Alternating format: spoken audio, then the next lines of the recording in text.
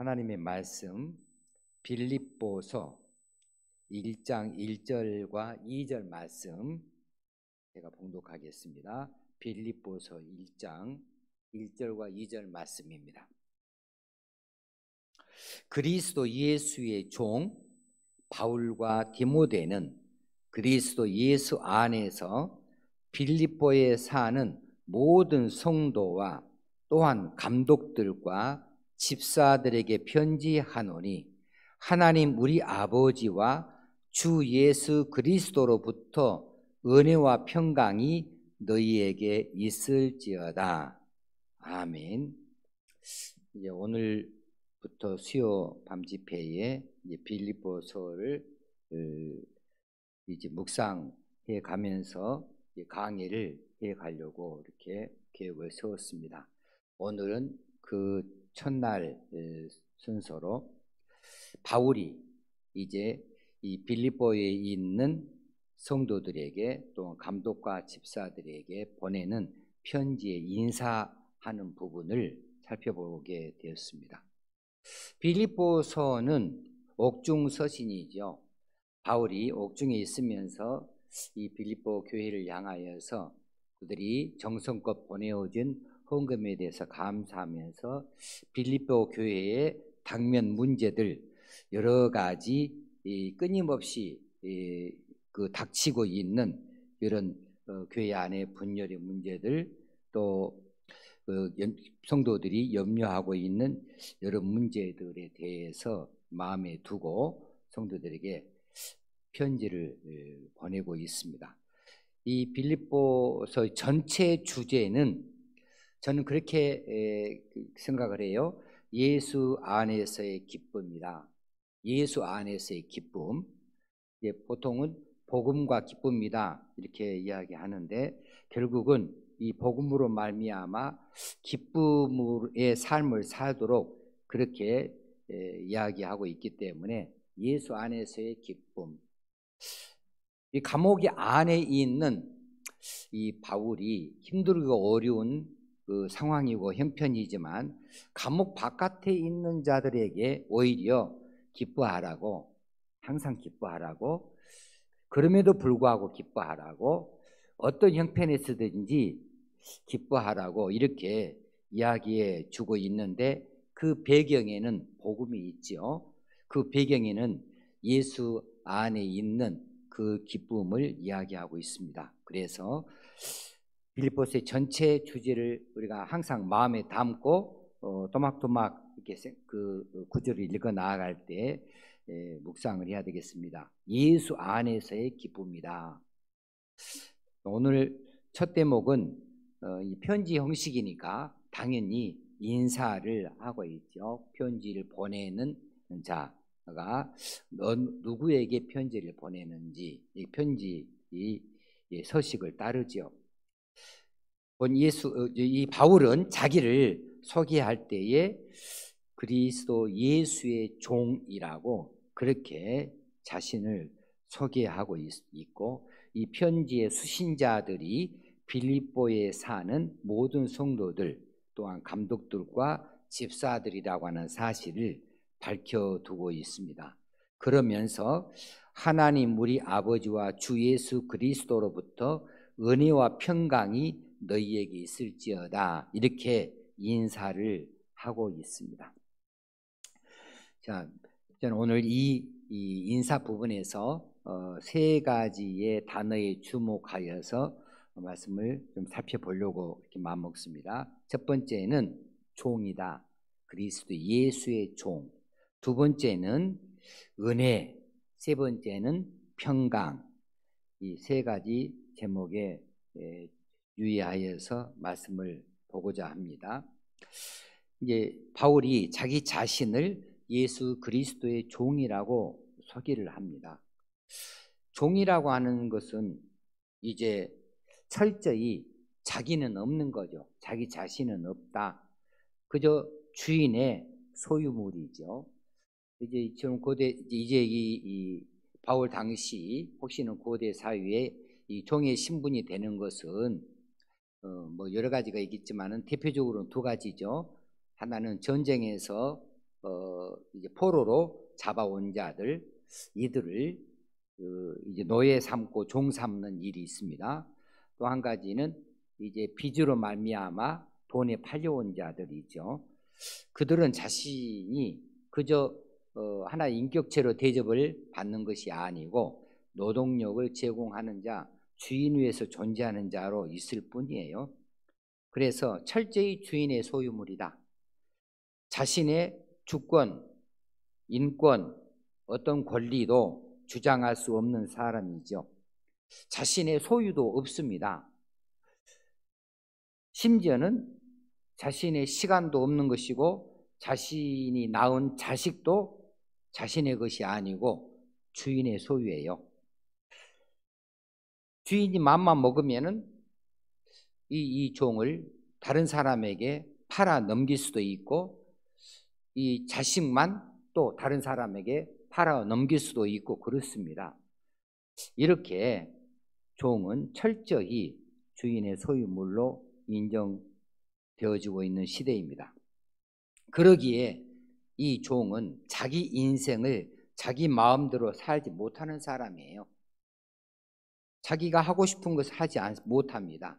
단지 주인의 뜻에 맞추어서 혹시는 주인의 지시에 따라서 주인의 명령에 의해서 움직이고 일하고 그렇게 사는 사람이에요.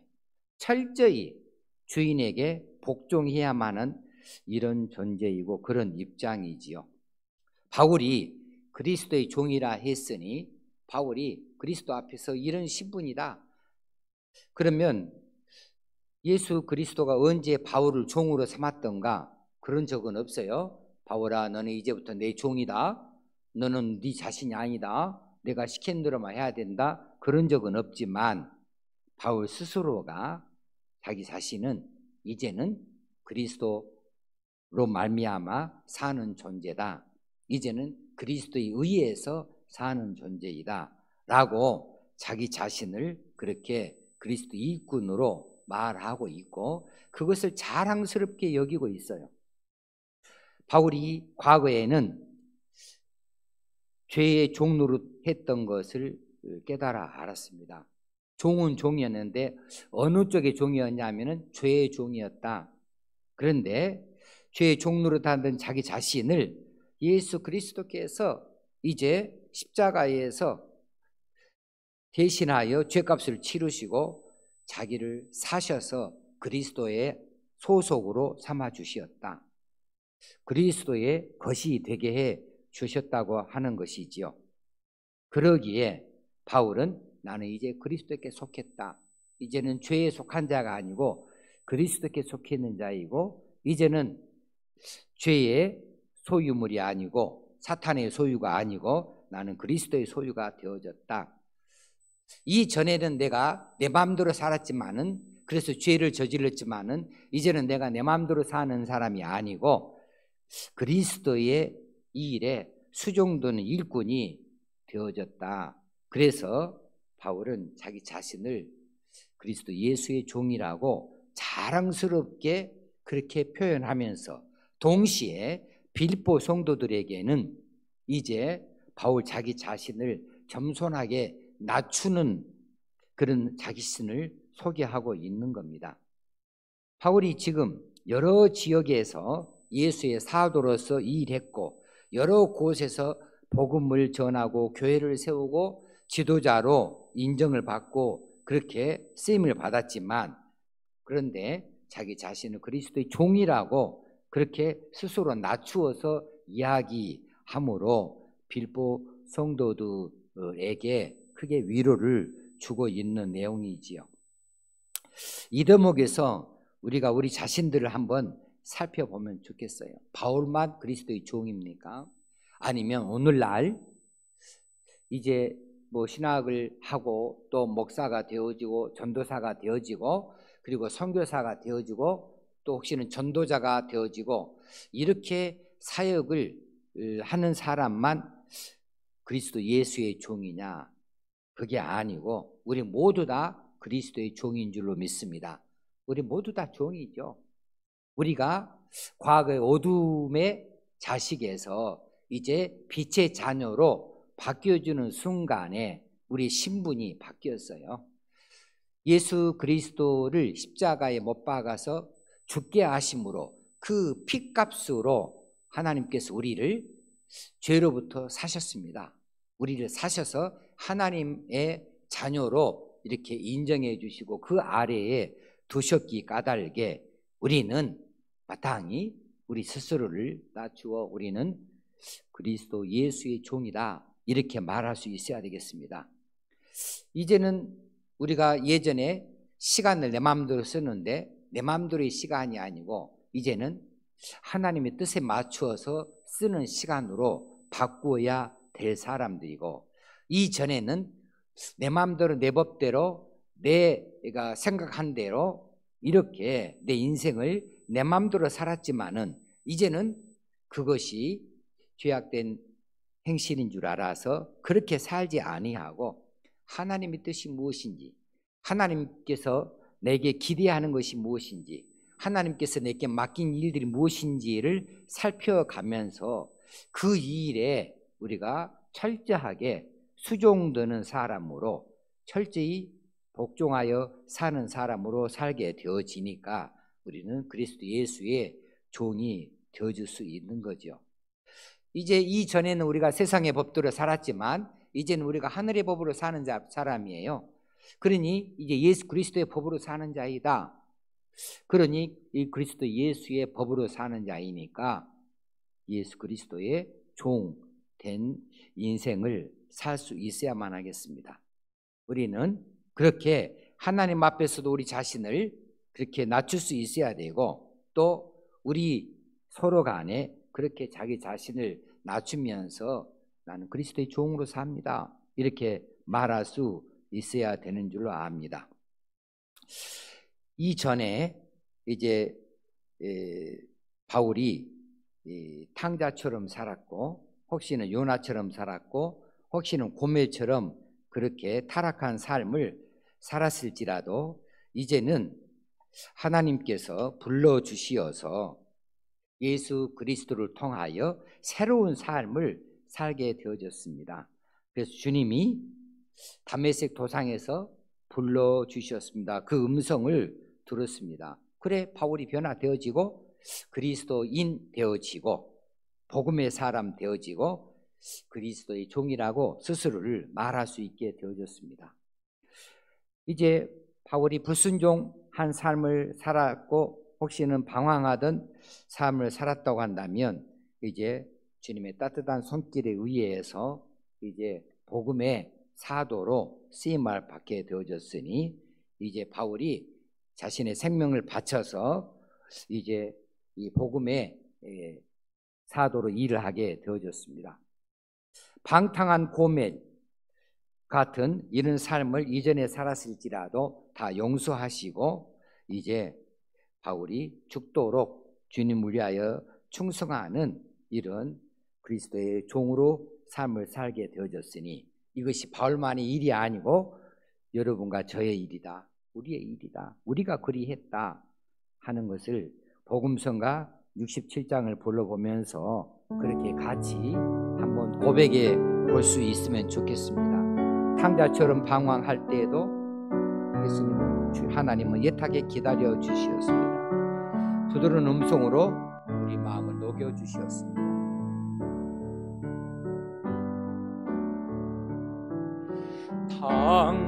탕자처럼 방황할 때도 애타게 기다리는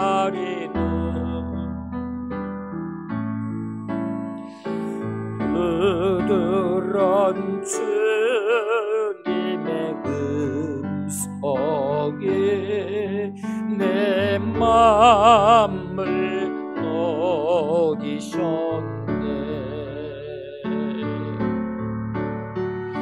오 주님 나 이제 갑니다. 날 받아 주소서.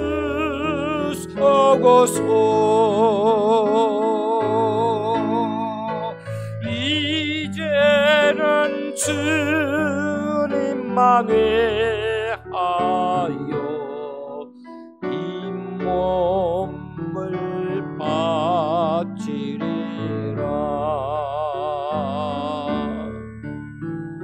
불순종한 요나와 같이도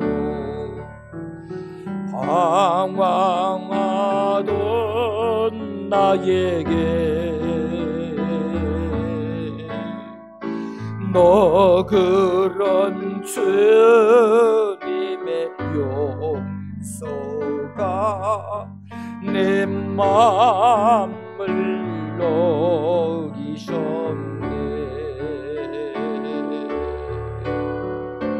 오 주님, 나 이제 갑니다.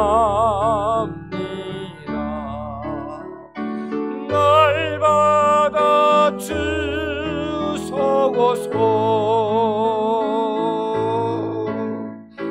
이제는 주님만 위하여 이 생명 바치리라.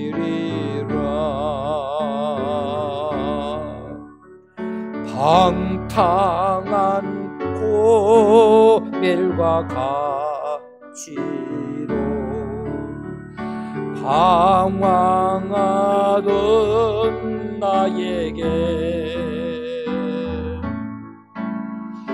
너 그런 주님의 용서가 내 마음을 녹이셨네.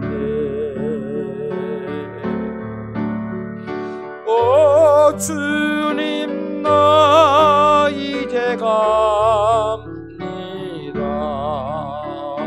날 받아 주소서.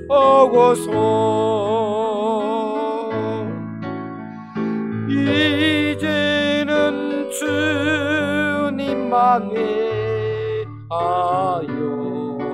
죽도록 충성하리.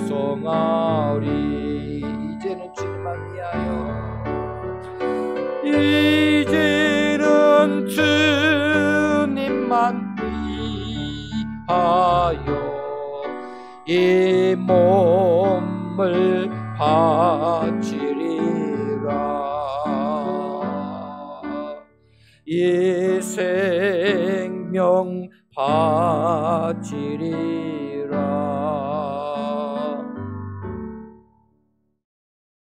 그리스도의 종되었습니다. 그리스도의 종된 신분인 줄 알아서 그렇게 우리 마음대로 살지 아니하고 그리스도의 뜻대로, 그리스도의 원하시는 대로 그리스도화 되어져서 그리스도의 일을 할 수 있는 자들로 이 시대에 우리가 그렇게 쓰임받게 되어질 수 있으면 좋겠습니다. 두 번째는 은혜와 평강이 너희에게 있을지어다. 참 좋은 교회 이름을 전에 본 적이 있어요. 아주 젊을 적에 은혜와 평강교회. 그래서 그때 마음으로 참 저 교회는 은혜와 평강이 가득하다면 저 교회만큼 좋은 교회가 없겠다, 그런 생각을 한 적이 있어요. 은혜와 평강이라는 단어만큼 좋은 단어가 어디 있을까 싶습니다. 우리는 어떤 단어를 더 좋아하냐면 여호수아서 1장 8절에 나와 있는 이 단어를 더 좋아한 것 같아요. 이게 평탄과 형통. 우리 욕심은 그래요. 평탄, 형통, 이것을 참 바라고 원하는데 그것보다 더 좋은 것이 은혜와 평강이 아니겠는가 싶습니다. 우리 평생에 가장 큰 복이 바로 은혜와 평강이 아닐까 싶어집니다. 자, 근데 이 은혜는 무엇이고 평강이 무엇인가? 이 은혜라고 하는 말은 우리 그리스도인들이 참 자주 쓰는 말이죠. 아, 오늘 설교에서 은혜 받았습니다. 아, 오늘 성가대 찬양에 은혜 받았습니다. 오늘 기도회가 참 은혜스러웠습니다. 오늘 이런 여러 가지 교회 행사들이 참 은혜스럽게 끝났습니다. 간증이 참 은혜스러웠습니다. 아주 은혜라는 말을 우리는 아주 입에 달고 사는 사람들이에요. 좋은 거예요. 은혜는 하늘로부터 오는 겁니다. 은혜는 어디서부터 비롯되어지는가? 하나님 아버지와 예수 그리스도로부터 비롯되어집니다. 오늘 본문에 나와 있잖아요. 2절에 하나님 우리 아버지와 주 예수 그리스도로부터 은혜와 평강이 너희에게 있을지어다. 그래요. 은혜와 평강은 하나님께로부터 예수 그리스도로부터 오게 되어지는 겁니다. 이 은혜 중에 은혜는 우리가 구원받았다는 사실이죠. 이 구원의 은혜, 이것이 거의 은혜라는 말을 다 덮을 만큼 가장 중요한 대목이지요. 그리고 나머지 다른 은혜들은 그저 조그마한 자잘한 은혜라고 말할 만큼 구원이라고 하는 것이 가장 큰 은혜에 해당한다, 이렇게 볼 수 있겠습니다. 사전적으로 은혜라고 하는 말은 용서, 구원, 중생, 회개, 하나님의 사랑, 이런 주제들을 포함하고 있습니다. 그러니 용서, 구원, 중생, 회개, 이거 다 그저 구원에 관련되어진 것이니까 은혜는 사전적인 의미로 봤을 때에는 이런 구원과 관련되어진다고 볼 수 있겠지요. 그런데 히브리어로 이제 이 은혜라고 하는 말이나 헬라어로 은혜라고 하는 말, 이 말들에서 또 우리는 구원을 발견할 수가 있습니다. 자, 히브리어로 구약 성경에서 이 은혜를 뭐라고 하느냐 하면은 헤세드라 이렇게 말해요. 이 헤세드라고 하는 말은 우리말 성경에 번역이 되어질 때 긍휼이다, 친절이다, 인자함이다, 선함이다, 이렇게 번역이 되어졌어요. 그래서 은혜라고 하는 것은, 이 헤세드라고 하는 것은 하나님의 사랑으로 베풀어주는 혜택, 그것이 긍휼일 수 있겠죠. 하나님의 사랑으로 우리에게 베풀어주는 혜택이 긍휼도 있고 인자함도 있고 선함도 있고 친절도 있고 그렇겠습니다. 이것을 우리는 은총이다, 그렇게 말하기도 해요. 헬라어로, 신약성경의 헬라어로는 이 은혜라고 하는 말을 카리스라고 합니다. 카리스라고 하는 말, 이 구약에서 말하고 있는 이 긍휼이나 친절이나 인자함이나 이런 것들하고 크게 다르지 않습니다. 그런데 또 더 크게 말하고 있는 것은 자비하심이에요. 하나님의 자비하심, 하나님의 호의, 이것을 우리는 카리스라고 합니다. 이것이 은혜라고 하는 거예요. 그런데 특별히 정말 우리가 잊어서는 안 될 이 은혜라고 하는 헬라어 의미는, 카리스의 의미는 그 배경에가 무엇이 깔려 있냐면 이게 중요한 거예요. 받을 자격이 없는 자에게 대가를 바라보지 아니하고 한없이 끝없이 베풀어 주시는 하나님의 자비하심, 하나님의 호의예요. 그러니까 이 카리스라고 하는, 은혜라고 하는 신약성경의 이 단어가 얼마나 크고 놀라운 것인지 아주 감격스럽기까지 하는 것입니다.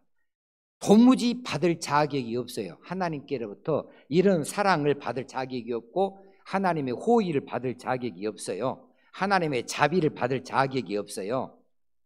그런데 그런 받을 자격이 전혀 없는 자에게 하나님께서 그 호의를 베푸시고 자비를 베푸시고 또 구원을 베푸시고 그렇게 은총을 베풀어 주시는데 하나님이 대가를 바라보지 아니하고 하신다는 거예요. 대가를 바라보지 아니하시고 그냥 공짜배기로. 그래서 은혜라고 하는 말을 말할 때는 우리는 공짜배기다, 이렇게 해석을 자주 합니다. 공짜배기다. 은혜라고 하는 단어 자체가 공짜배기라는 말은 아니에요. 은혜라고 하는 말의 단어의 이 중심 뜻은 하나님께서 주시는 한없는 은총, 자비하심, 그것이 구체적으로 용서, 구원 이런 것들이 되어지는데, 그런데 그것들이 공짜이다 보니까 은혜는 공짜백이다라고 그냥 그렇게 쉽게 갖다 붙여버릴 만큼, 은혜라고 하는 말을 떠올리면 공짜백이 이렇게 우리 머릿속에 연상이 될 만큼 공짜라고 하는 것, 하나님이 대가 없이 받을 자격이 전혀 없는 사람에게 그저 베풀어 주시는 하나님의 호의다, 하나님의 사랑이다, 하나님의 자비다 라고 하는 겁니다. 근데 그것이 잠깐 있다 없어지는 것이 아니고 한없이 베풀어 주시는 것이다 하는 것입니다. 이게 은혜예요.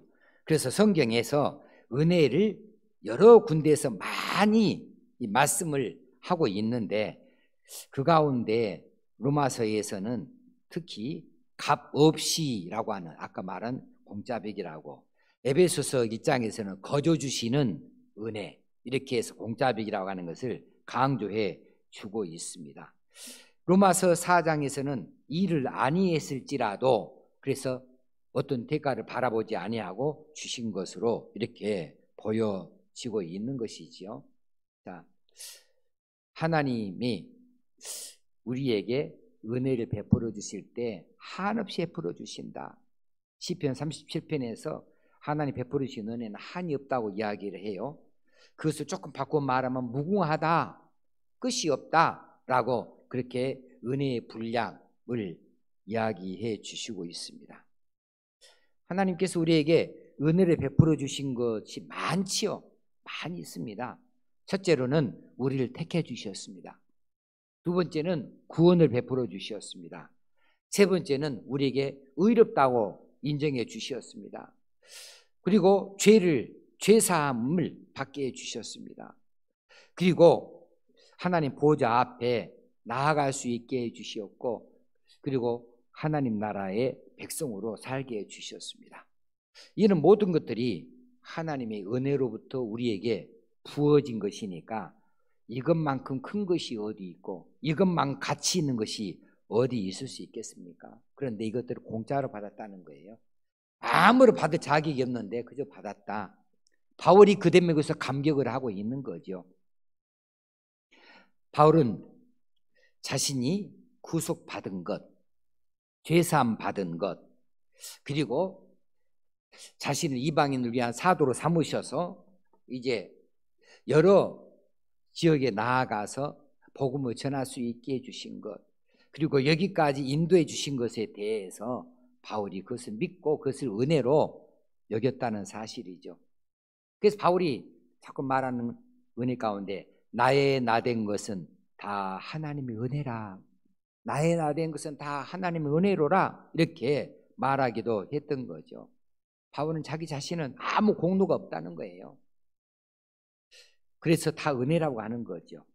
자, 바울이 언제 예수 믿으려고 노력을 했습니까? 예수를 찾아가지고 자기가 제자 되겠다고, 그리고 사도 되겠다고 그렇게 말했습니까? 그런 적이 없습니다. 바울은 예수 믿으려고 하지 않았어요. 그런데 예수님께서 바울에게 찾아와 주셨어요. 다메섹 도상에서 찾아와 주셨고 만나 주셨습니다. 바울은 사도를 꿈도 못 꾸지 않았어요. 오히려 예수파를 진멸하려고 체포영장을 들고 다메섹으로 쫓아가고 있었던 거지요. 바울의 그 열심은 좋은 것인데 비뚤어진 열심이고 잘못된 방향의 열심이었던 거죠. 그런 사람이 어떻게 사도를 꿈꾸어요? 오히려 그리스도 예수의 원수된 자이지요. 그런데 이 바울을 들어서 사도로 삼아 주시었다. 그런 이것이 하나님의 은혜라, 그리스도의 은혜라고 말하지 아니할 수가 없습니다. 그렇습니다. 우리에게도 똑같이 적용이 되어지죠. 저와 여러분이 하나님을 찾거나 예수를 찾지 않았습니다. 그러나 하나님께서 우리를 택해 주셨습니다. 우리가 택함 받을 아무런 자격이 없습니다. 그리고 조건도 갖고 있지 않습니다. 그리고 우리가 값없이 구원을 받았습니다. 그리스도 예수의 피로 우리가 죄사함을 받았고 구원을 얻었습니다. 하나님께서 우리를 어렵다고 인정해 주셨습니다. 하나님의 백성이 되게 하셨고 하나님의 자녀가 되는 권세를 우리에게 부어주셨습니다. 그러니 모두 다 그저 우리가 하자고 해서 한 것이 아니고 또 할 만한 자격도 없고 그런 공로도 전혀 없습니다. 그런데 우리에게 이처럼 놀라운 것들, 놀라운 사랑을 베풀어 주셨습니다. 예수 믿고 나서도 우리가 자꾸 시험에 들었습니다. 자주로 넘어졌습니다. 그럴 때마다 우리를 붙잡아 주시어서 다시 세워 주시었습니다. 우리가 죄의 수렁에 더러 또 빠져 있을 때도 있었지만은 우리를 꺼내 주셨습니다. 이것이 다 은혜입니다. 그리고 우리가 어디로 가야 할지 어찌해야 할지 알지 못할 때에 우리 앞에 인도해 주시었고 우리가 할 수 있도록 힘과 능력을 부어 주시었습니다. 이것이 다 은혜입니다. 내가 할 수 없는 그것을 이미 다 아시고 그것을 할 수 있도록 이끌어 주시었습니다. 우리가 어쩔 때는 구하지 아니하는 것까지도 미리 아시고 제때에 우리에게 다 그것들을 허락해 주시었습니다. 이런 것들이 다 은혜죠. 어떻게 다 꼽아볼 수가 있겠어요? 우리가 다 꼽아볼 수가 없겠습니다. 우리 지나온 삶도 은혜로 살았지만 앞으로 우리의 남은 생애도 필요한 것이 은혜입니다. 하나님 우리에게 부어주실 은혜예요. 이 은혜를 사모할 수 있어야겠는데 어떤 사람이 은혜를 사모할 수 있습니까? 은혜의 가치를 아는 자가 은혜를 사모하는 거죠. 무엇이든지 그 가치를 알 때에 그것을 구하기도 하고 사모하기도 하는 거 아니겠습니까? 은혜, 지난날의 은혜에 대해서 그 가치를 인정하고 거기에 대해서 감격해 하면서 우리 앞날에 하나님께서 부어주실 우리 그리스도 예수를 통하여서 우리에게 부어주실 은혜를 사모할 수가 있겠습니다. 우리 평생에 우리에게 필요한 것들을 그때마다 부어주시고 허락해 주실 은혜에 대하여서 미리 감사할 수 있는 자들이 되어진다면 우리는 은혜 생활을 할 수 있게 되어지는 줄로 믿습니다. 찬송가 310장에서 이런 은혜에 대해서 참 크게 노래하고 있죠. 아, 하나님의 은혜로 이 쓸데없는 자. 그렇습니다. 우리가 다 쓸데없는 자이지만 하나님의 은혜로 구속받았습니다. 그리고 앞으로 늘 보호해 주실 것을 확실히 믿습니다.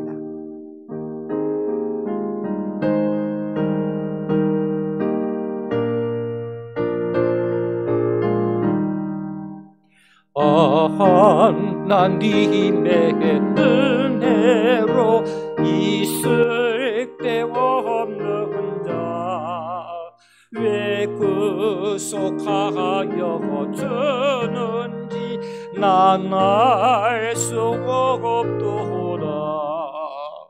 내가 믿고 또 의지함은 내 모든 형편 아시는 주님 늘 보호해 주실 것을 나는 확실히 아네. 왜 내게 굳센 믿음과 또 복음 주셔서 내 맘이 항상 편한지 난 알 수 없도다. 내가 믿고 또 의지함은 내 모든 형편 아시는 주님 늘 보호해 주실 것을 나는 확실히 아네. 왜 내게 성령 주셔서 내 마음 감동해 주 예수 믿게 하는지 난 알 수 없도다. 내가 믿고 또 의지함은 내 모든 형편하시는 주님 늘 보호해 주실 것을 나는 확실히 아네. 주 언제 강림하실지 밤에 홍옥나하네. 또 주님 만날 그곳도 난 알 수 없도다. 내가 믿고 또 의지함은 내 모든 형편하시는 주님 늘 보호해 주실 것을 나는 확실히 아네. 그렇습니다. 은혜 베풀어 주실 것을 확실히 믿고 그렇게 확실히 안다고 고백할 수 있겠습니다. 그리고 이제는 평강입니다. 평강이라고 하는 것은 유대인들이 일상적으로 쓰는 인사말이죠. 다시 말하면 샬롬이에요. 구약성에서 샬롬이 바로 평강이라는 뜻입니다. 평화라는 뜻입니다. 이게 내용에 따라서는 안전이라는 뜻, 평화가 안전한 것이 평화겠죠. 또 혹시는 쉴 곳, 이것도 샬롬이라는 단어로 해석할 때 쓰임 받았습니다. 헬라어로 이 평강을 말하는 단어는 에이레네라고 하는 단어를 씁니다. 이 에이레네라는 단어의 이 중심 뜻은 무엇이냐 하면 나뉘어져 있던 것, 분리되어져 있던 것을 하나로 합한다는 뜻이에요. 이게 참 중요한 의미를 가지고 있지요. 하나님과 원수되었던 우리가 샬롬, 하나님과 샬롬 한다. 하나님과 화목됨으로 하나님과 하나가 되어지는 것. 그래서 우리가 얻게 되어지는 평화, 이것을 샬롬이라고 말할 수 있습니다. 자, 은혜라는 말하고 결부해서 이 평강을 이야기하자면 이렇게 되어집니다. 은혜의 결과로 얻어지는 하나님 나라의 상태입니다. 은혜라고 하는 결과로 인해서 우리에게 임하게 되어지는 하나님 나라 상태, 하나님 나라 상태는 하나님이 다스리는 것이죠. 하나님 나라가 평화의 나라 아니겠습니까? 그건 은혜의 결과로 온다는 거예요. 우리가 말하는 이 평화, 이 평강은 세상에서 말하는 이 평화, 혹시는 평온함, 이런 것이 아니고 영원한 평화입니다. 그리고 완전한 평화이고 온전한 평화입니다. 이것은 하나님께로부터 올 때에 가능한 거예요. 세상에 있는 이 평화는 잠시 있다가 말아요. 누구와 누구 사이에도 자 화해했다, 이거 끝까지 믿을 수가 없어요. 완전한 화해, 온전한 화해가 어디 있겠습니까? 그런 평강이 어디 있을 수 있겠습니까? 그런데 하나님께서 우리에게 주시는 이 평강은 완전한 거예요. 이것은 온전하고 조금도 부족함이 없는 것이 되어지죠. 자, 우리가 죄로 인하여서 하나님과 원수 되어졌습니다. 하나님의 영원한 진노의 자식이 되어졌습니다. 그래서 하나님께서 떨어져 나와 있지요. 그런데 예수 그리스도의 십자가 구속의 공로로 죄 사함을 받아서 이제 우리가 다시 하나님과 화목하게 되어졌습니다. 로마서에서 말하는 화목함, 하나님과 화목하게 되어져서 그런 다음에 우리 심령에 평안을 누리게 되어졌는데 이것이 바로 평강이라고 합니다. 에이레네라고 하는 것입니다. 마음에 근심과 걱정이 없는 거예요. 하나님은 평강의 하나님이십니다. 평화의 하나님이십니다. 하나님은 자기 백성과 늘 함께 계시는 분이시고 계시기를 원하시는 분이셔요. 하나님께서는 우리 마음속에, 우리 생각 속에 이 하나님의 뜻을 넣어 주셔서 우리가 평안하기를 원해요. 평강을 누리기를 원해요. 자, 은혜와 이 평강, 이 두 가지는 하나님께서 자신의 백성에게 주시기를 원하시는 겁니다. 은혜도 그러합니다. 평강도 그러합니다. 그래서 구약성경에 보면 제사장들에게 백성들을 축복하라고 명령하시는 인사말 중에 이 평강이 있어요. 평강은 주님께서 부활하신 다음에 제자들을 만났을 때에 가장 먼저 말씀하셨던 단어이기도 합니다. 너희에게 평강이 있을지어다, 이렇게 말씀해 주시었죠. 이 평강이 우리에게 그처럼 필요한 거예요.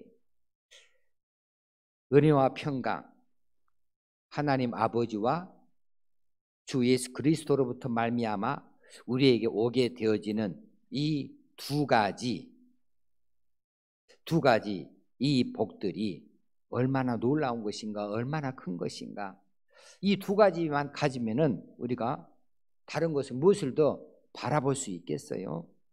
자, 그런데 평강이라고 하는 이 자체가 많은 사람들이 생각할 때 오해하고 있는 것 같아요. 평강 그러면 평화롭다, 아무런 다툼도 없고 아무런 분쟁도 없고 아무런 뭐 다 없다, 어떤 일도 일어나지 아니한다, 참 조용하다, 내가 하고 싶은 거 다 한다. 그런데 이 평강이라는 단어가 아까 뭐라고 그랬어요? 둘로 나누어졌던 것이 다시 하나로 합해지는 것. 그러니까 우리들과 하나님 나누어졌는데 다시 합해졌다. 이것이 뭘 말합니까? 하나님과의 올바른 관계를 말해요. 그래서 평강은 하나님과의 올바른 관계 속에서 평강을 말할 수 있어야 됩니다. 관계가 깨지면은 불화라고 하지요. 관계가 깨지면 불안해요. 자, 집안에서 엄마 아빠가 다투고 부부싸움하고 이렇게 전쟁이, 혹시는 또 냉전이 있게 되어지면, 관계가 깨지면 불안한 것은 자식들이에요. 자식들이 불안해요. 그저 집에 오는 것이 싫어요. 또 아내하고 다툼을 갖는 남편이 직장이 끝나고 집에 오기 쉽겠습니까? 집에 들어가는 것이 싫어요. 불안해요. 아내도 마찬가지죠. 무엇이든지 관계가 깨지면 불안한 것입니다. 관계가 깨지지 아니하고 잘 유지되어져야 돼요. 그러려면 올바른 관계의 설정이 필요하죠. 하나님 그리고 우리 사이에 올바른 관계 설정이 이루어져야 되는 겁니다. 그래야 평강이 유지되어지는 거죠. 우리는 어떻게 그분과의 관계를 유지합니까? 우리는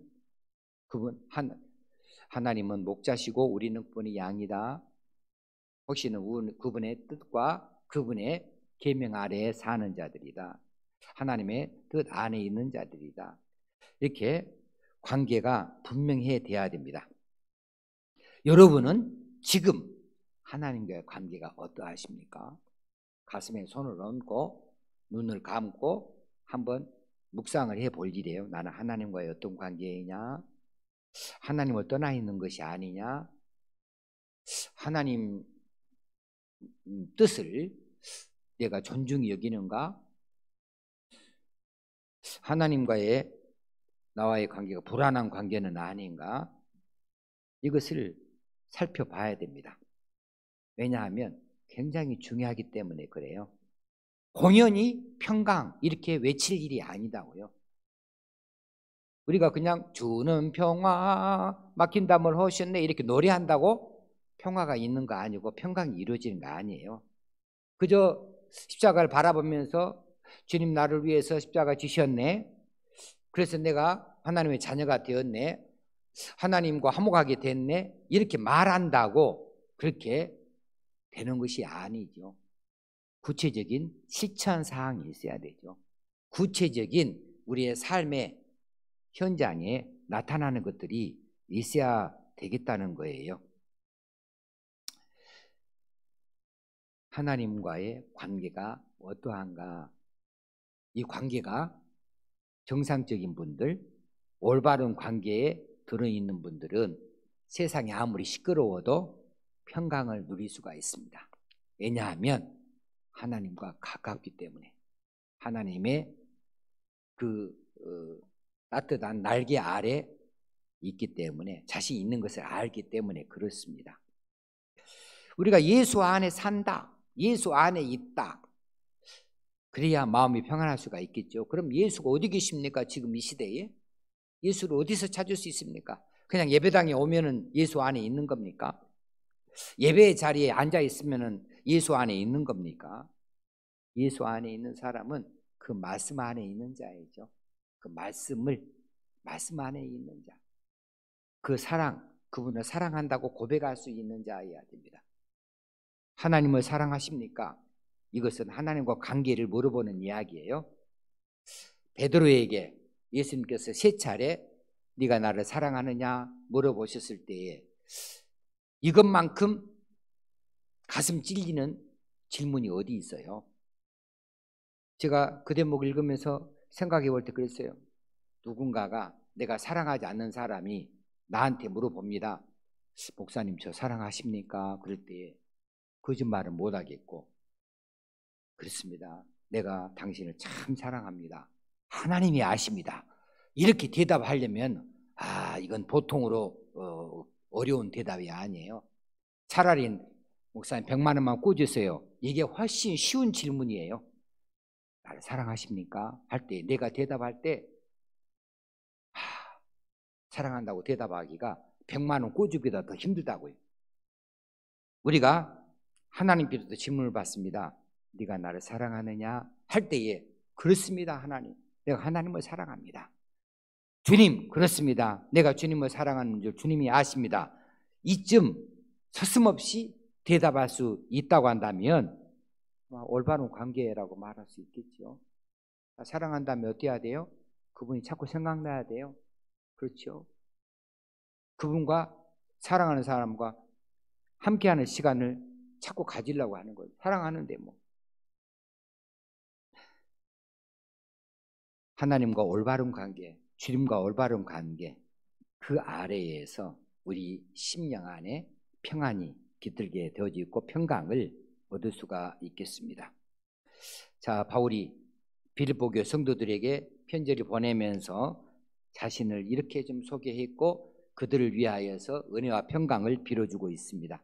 그리스도의 종이라 자신을 낮추고 그들에게 하나님과 그리스도로부터 은혜와 평강이 있기를 그렇게 축복한 것처럼 우리도 그렇게 하면 좋겠어요. 우리가 교회 앞에서 스스로를 그리스도의 종이라, 교회 앞에서 온 성도들 앞에서 누구에게든지 스스로 그렇게 낮추고 그리스도의 종으로서의 삶을 살겠다고 다짐하고, 이렇게 내 뜻보다는 하나님 뜻을 찾고 내 좋아한 것보다는 하나님의 뜻을 찾고 내 시간이 아니라 하나님 기뻐하시는 시간을 찾고 그렇게 자신을 낮추는 삶을, 종다운 삶을 다짐할 수 있으면 좋겠고, 교회 성도들을 향해서 은혜와 평강을 이렇게 축복해 줄 수 있는 그런 저희들이 되면 좋겠습니다. 여러분이 누구를 위해서 당신에게 하나님 은혜가 임하기를 바랍니다. 당신에게 그리스도의 평강이 있기를 원합니다.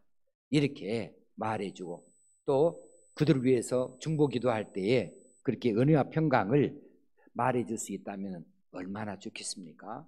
이것이 오늘 우리에게 주시는 메시지가 아닌가 싶습니다. 찬송가 412장에 보면은 내 영혼의 그 깊은 데서 평화로다 이렇게 찬송하는 대목이 나옵니다. 찬송가 412장입니다.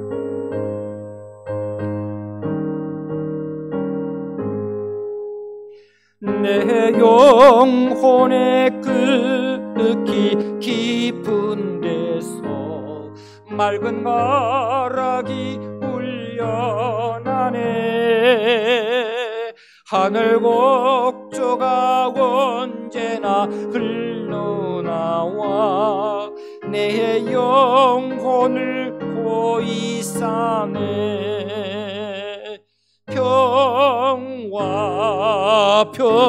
평화로다 하늘에서 내려오네.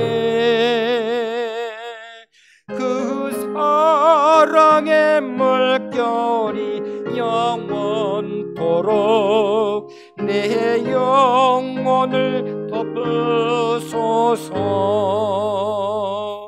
내 마음속에 솟아난 이 평화는 깊이 묻힌 보배로다.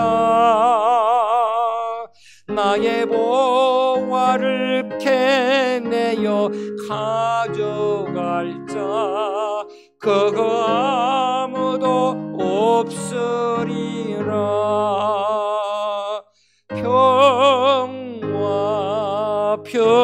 평화로다. 하늘 위에서 내려오네. 그 사랑의 물결이 영원토록 내 영혼을 덮으소서. 내 영혼의 평화가 넘쳐남은 주의 준복을 받음이라. 내가 주야로 주님과 함께 있어 내 영혼이 편이시네.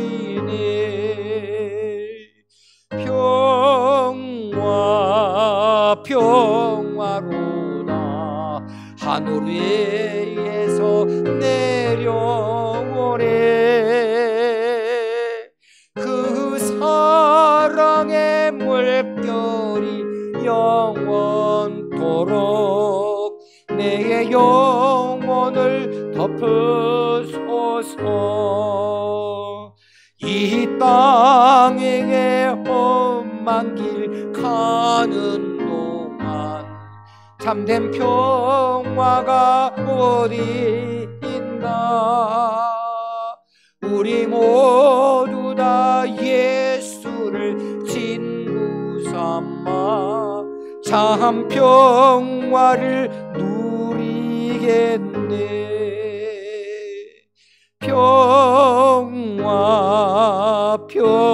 평화로다. 하늘 위에서 내려오네. 그 사랑의 물결이 영원토록 내 영혼을 덮으소서.